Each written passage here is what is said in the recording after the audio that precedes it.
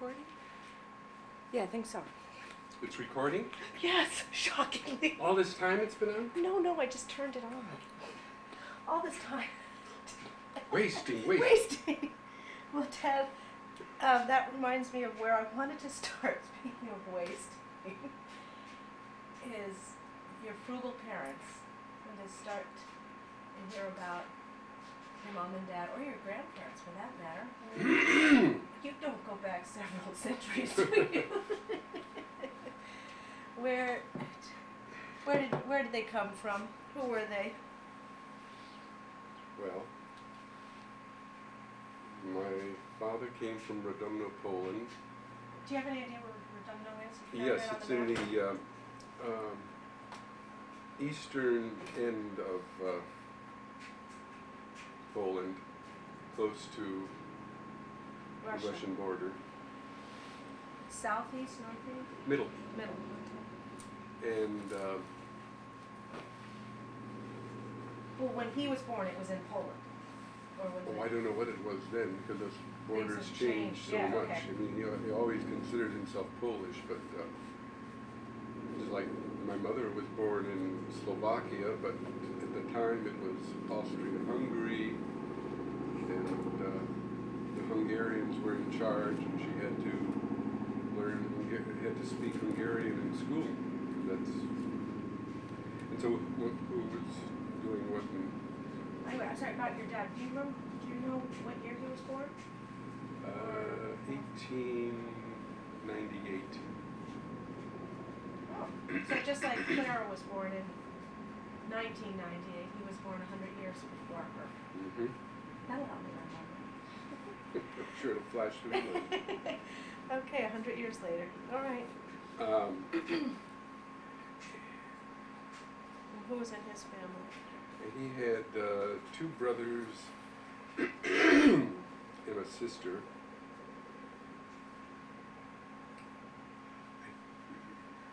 I believe he was the youngest and was born posthumously. Father died before he was born. Grandma Catherine Baranski was a widow. And as Keith has pointed out, what an interesting thing if we had known why, because shortly after they moved to Germany. Well, how does a mother with an infant Polish widow move at that time? In that time? Yeah. Why and how? Mm-hmm. No money, no. Anyway. He was raised in Germany. Because they were farmers or peasants or something. Don't know anything about them. I did go to the Mormon genealogy center in Salt Lake and try to look up things, and it is fascinating what they have. They've just sent their troops all over the world, and they've micro something. Microfiche or? Yeah. And there was nothing for Radomno, Poland, but the church records, which is what they're going. Well, I don't know. Maybe there's more than church records. City records. Do you think the Catholics let the Mormons in to? Oh yeah, because they microfished St. Michael's Church in. Wait a minute. No, it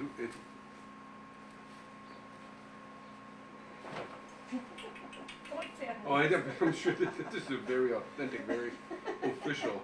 Who did I find? No, I think I found.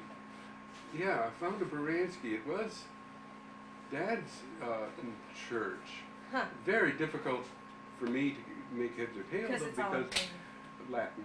Oh, Latin? Latin and Polish. Well, the priest, of course, official language wrote it. The headings were in Latin,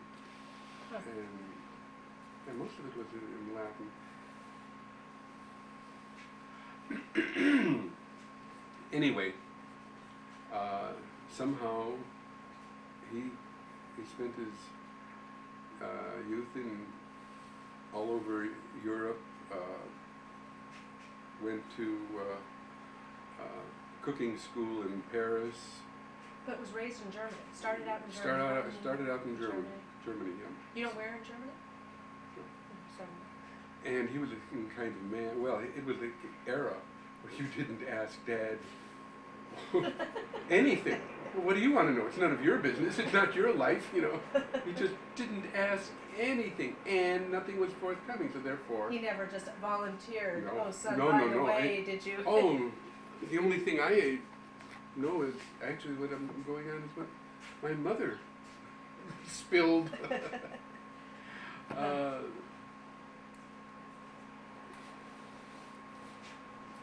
So anyway, he traveled around, spoke many languages, many European languages, because he lived in those countries, Italy and France. And I think just before he came to America, he was working in England. Anyway, he came to America on his, what? I'm just trying to remember, because World War I broke out in 1914. and he would have only been 16 years old. Well, 1990, he was born in 1898. No. 26. 1914? Yeah. That's 14. And 98 is 2. And the 90s makes another 10. No, it's only 2. From 98 to... No, 80. Did I say 98? No, 80. You said 1898. Oh, excuse me. Because that's... 88. 88. Oh, okay. Because Clara is 98. That's why I was saying 98. Oh, okay, thank so... God we got that. Thank God. Correction. For the records. Edit. Formas, don't write that down. Okay, so he was born in 1888. He was 26 when he came. Stop the camera. Stop. Stop the camera. Well, what was his name? Yeah. Wait. I gotta figure out how to pause this.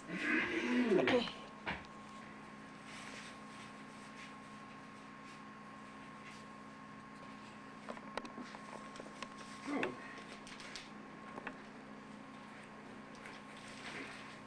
The equivalent of crib notes. What is it you're looking at? Well, I've got a lot of different folders, you know. And this one is, here's Theophile Faustin Baranski, born in Poland. So you're looking at his death certificate. Okay. Yeah, 1890. We could have split the difference. 1890. Oh. He died at 73. I thought he was 72. Okay. When he was married? So his name was Theophile. Yes. Theophile.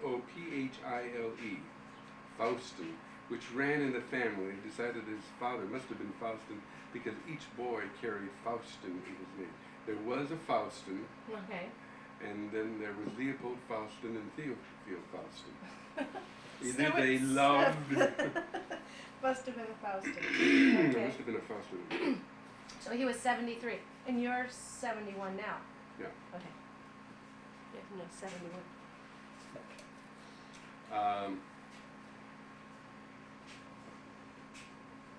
So he was 24 and young. Yeah. To have traveled all over Europe and had jobs. Of course, people Did things. did things. I mean, when you think of the bomber pilots in World War II, 18 and 20. Babies. Right. But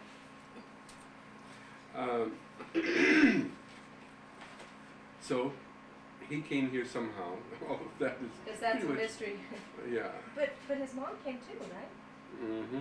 Now, how they came? Faustin never came over here. His sister Martha was here. Okay.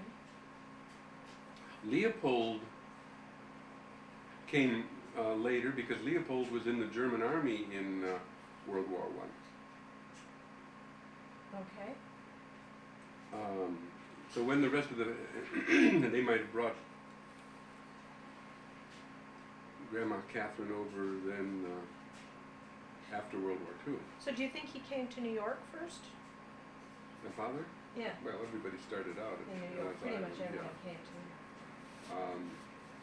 Have you checked that database? Because that's available now too. No. Yeah.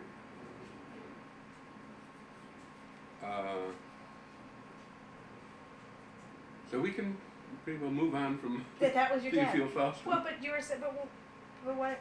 But just tell me about him. What kind? You were saying he was the kind of person who said nothing. Said nothing. Had no relationship with anybody. Well, he wasn't really a big papa figure. Yes. Fair to say. But then he worked as a chef when he came to Various this jobs. Well, always in the kitchen, but I mean, for various people. There was a while that he worked in hotel. He was managing. Remember, so he did get in trouble because somebody was stealing things, and he was Polish. Oh. And you just don't tell on a linesman, and so when it came out that he lost that job. Even though he wasn't stealing, but he wasn't stealing, but he up. was or not covering, Not maybe telling. just not telling. Mm-hmm. They traveled back and forth, and there was a time that they had met in Chicago. They were, Your parents? My parents. They were both working at the same hospital. Maybe my mother was working in the kitchen. Probably was working in the kitchen, hospital kitchen, and he was and that's where they met and married shortly thereafter. But then after that, they moved to New York because oldest in the family, Josephine Catherine, was born in New York, and number 2, Edward Victor, was born in New York. So then after a while, they moved back to Chicago, and the next 3 children were born in Chicago. So do you remember anything that he told you growing up? Any like, do this, don't do that, or get out of my way? Get out of my way. Now he did. When I was growing up, I don't know whether I saw it so much as stories I heard that he seemed to be close, not maybe closer, probably the opposite, to Joe and Ed, because they did do some things together. I remember that was during the Depression, and he was having a hard time like everybody else. And I remember stories of Ed, Dad taking Ed and Joe to the lakefront to sell peanuts and things to make money to keep things going. In all ways, all the stories that he did seem to have a closer relationship. My mother says that Dad's mother was a very, very difficult woman and made life very difficult for her. Things she had to do, stories, babka, my father's mother, the stories that babka would tell about my mother, and They lived together in Chicago. lived close, didn't live in the same apartment, and was and that might have been the reason for the closeness with the first 2, because babka, not that it was any of her damn business, but was very angry with my mother for having the last 3 children. Yeah, all her fault. Yes. Why? Too many mouths to feed? Yes, expecting her Theo to have to pay for. Of course, her Theo also had at that time the division of labor and profits that he worked, and he brought his paycheck home and gave her, my mother, half, and he kept half. And there was no accounting for what happened to his half. But out of her half, she paid the rent and the food and on all the family expenses. And of course, if she's going to have more mouths to feed, then she's going to be yakking about. And his were for the entertainment expenses for the family.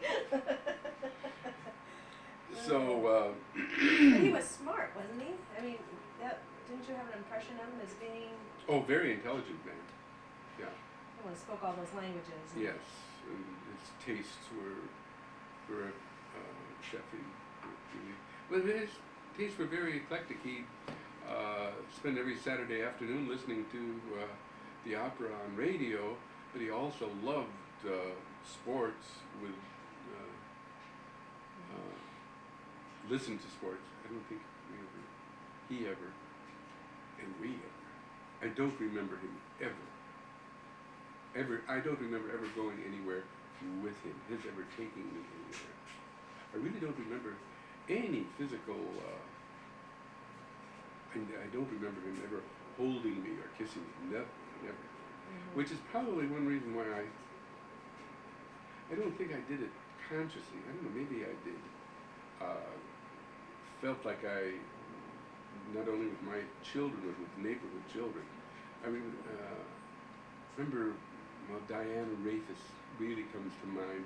She just loved me. She just, and she had no father at home, and she was a cutler and just wanted a man, a daddy. And I remember with my children being much more physical than scale from 0 to something more than. A very strange man. But that wasn't uncommon for that time, though. Yeah. You're saying that was kind of. And he was, not uncommon for that at that time to be so oriented to taking care of his mother, listening to his mother, and his mother and his background, his heritage, his Polish heritage was so important to him. To the what did he tell me? He really didn't really tell me much. He told me to take care of my mother once, I remember. I think it was after when they were separating, and I saw him just a few times during that separation. And I thought that was rather nice of him. The woman was leaving him, and yet he said, take care of your mother. So anyway, and my mother came from, what was her name? Her name was Anna Baranski. She didn't have, no, Anna Hubbard. She didn't have a middle name. And I remember she and I were living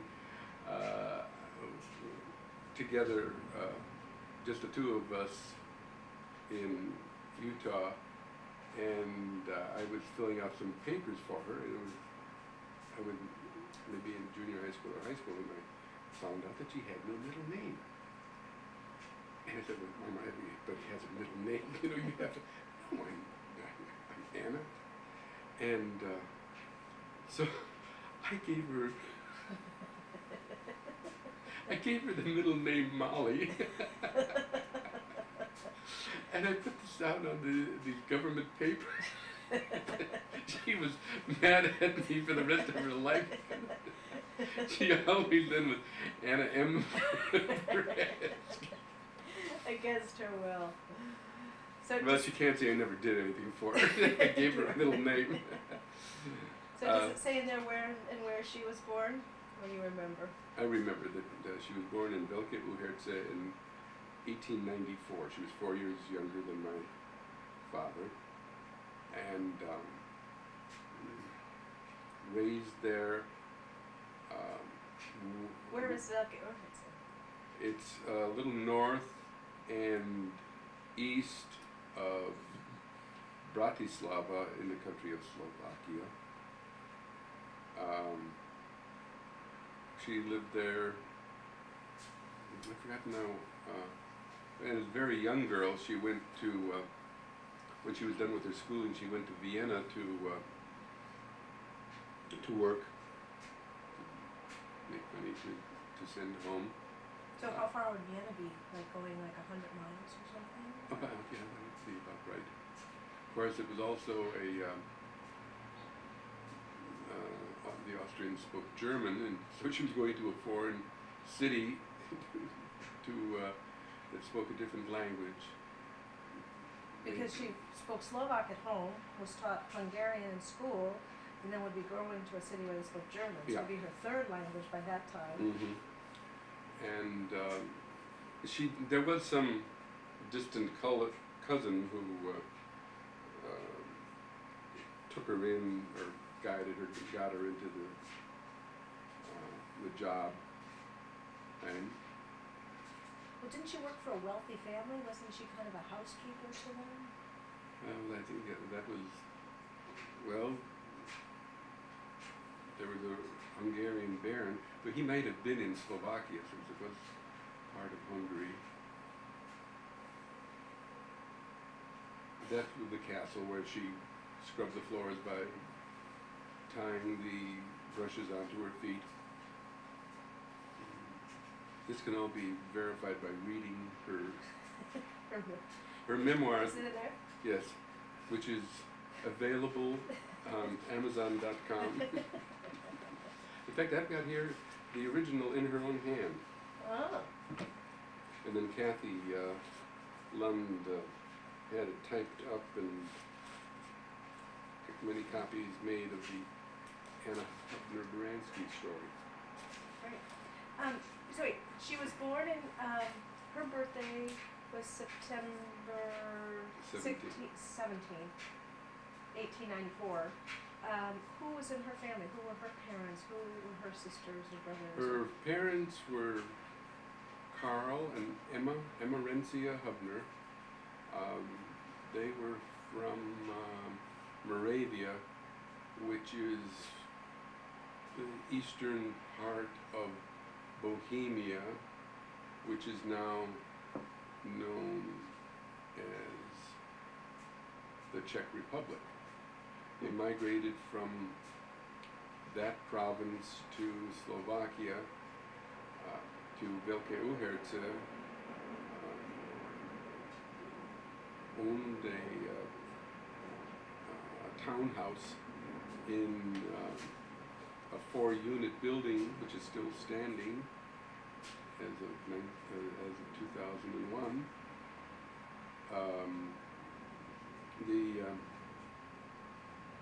It's got an upstairs, downstairs, I call it a townhouse, and the downstairs was where my grandfather, Karl,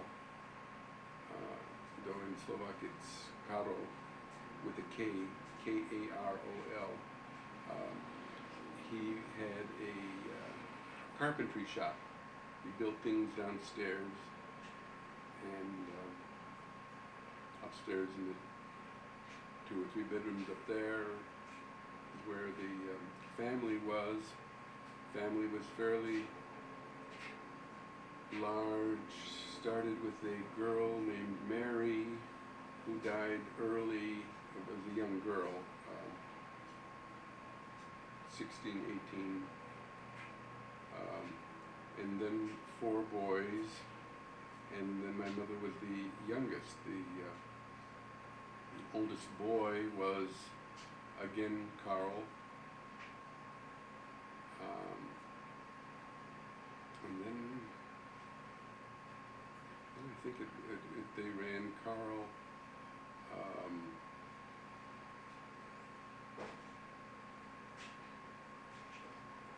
I don't know the order of the uncles. You have to check the book. But there was Aloysius, Aloys, A-L-Y-O-S, Aloys. Anton, A-N-T-O-N, name I always liked. What's the use of liking names nobody ever gives your grandchildren, names that you like? Dad, I always thought an ethnic, Dad, we named Emma after your That's right, grandmother. that's right, my Excuse God. me. Hello. well, particularly for the, to go with Baranski, I thought the ethnic name sounded good. Not that I Your own. my ethnic. Kurt was after the German heritage of your Yeah. father. And then there was Uncle František, Frank, who was the only one who stayed in Slovakia, stayed in that house until he died in the 30s, and then his children took over, and they didn't leave until cousin Carolina came to America to the United States in '68. I think they sold it then. It was very interesting going back there, and in the back are some outbuildings, barns, very small barns, that are still standing with handmade hinges, handmade hardware that my uncles had built before they came to America. So well over 100 years ago, those wooden barns are still standing. And Jerry and I looked at them covetously and wondered whether we could take them apart and bring them to America where they belong. And so, first of all, Carl came to America and settled in Chicago and was a carpenter and was doing very well. Came to Sacred Heart Parish, which Chicago, the old melting pot, many immigrants came to, and they clustered according to their heritage, and so there were many Slovaks came to this area of Chicago around close to, well, actually the church is on Oakley Boulevard, or was, it's now. In the Tarrytown, or just? No, they made it into condos. That's another story. Okay. What was the church called? Sacred Heart. Mm-hmm. How do you say it in Slovak? It's alright. I'm sure they left a cornerstone or something. I'd like to go back and see what they did. The last time I was there, they were clearing it out. That's what I have one thing that I got from the church across. Anyway, no, the main is going away. They came to this area, and Carl was successful. He wrote back to Slovakia, and then. So he left Emma and the children in Slovakia. The other siblings, and came and married Bertha. Oh wait, Carl, your uncle came. Yes. No, I thought you meant Carl, your No, your no, no. grandfather. No. Oh, okay. So your grandparents didn't come. They stayed. Not yet. Oh, okay. I'm sorry. First of all, Uncle The son, Carl the came, son, okay. married Bertha the Bohemian, and it's just amazing how those things, the likes and dislikes, the provincial. Bertha never did. Well, of course, Bertha was established, and her father or her husband was a prosperous carpenter, and then these relatives come, and she was very not nice to them, very inhospitable, and although they were giving her money and paying for their, still was so my mother hadn't. But she had the burden of being named Bertha. To give her a wide berth. And then Tony came, and Tony had been Tony was Aloysius. No, Tony was Anton. Anton, okay. And the family had a tradition of being